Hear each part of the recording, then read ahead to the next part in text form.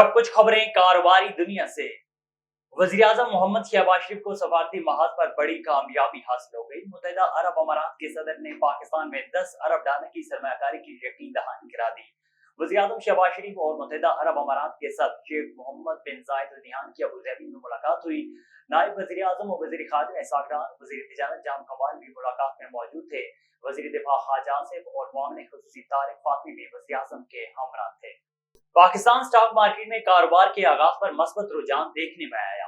कारोबारी हफ्ते के पांचवें और आखिरी रोज पाकिस्तान स्टॉक मार्केट में 414 पॉइंट्स का इजाफा हुआ, जिसके साथ 100 इंडेक्स 75,529 पॉइंट्स की सतह पर ट्रेड कर रहा है। वाज़ेह है कि गुज़श्ता कारोबारी दिन के इख्तिताम पर स्टॉक मार्केट में 157 पॉइंट्स का इजाफा हुआ, जिसके बायस 100 इंडेक्स 75,114 पॉइंट्स की सतह पर बंद हुआ था। पाकिस्तान में टैक्स अदा न करने वाले नॉन फाइलर्स की 20,000 से ज्यादा सिम्स बंद कर दी गई। हर रोज 3,000 से ज्यादा मोबाइल फोन कनेक्शंस को बंद किया जा रहा है।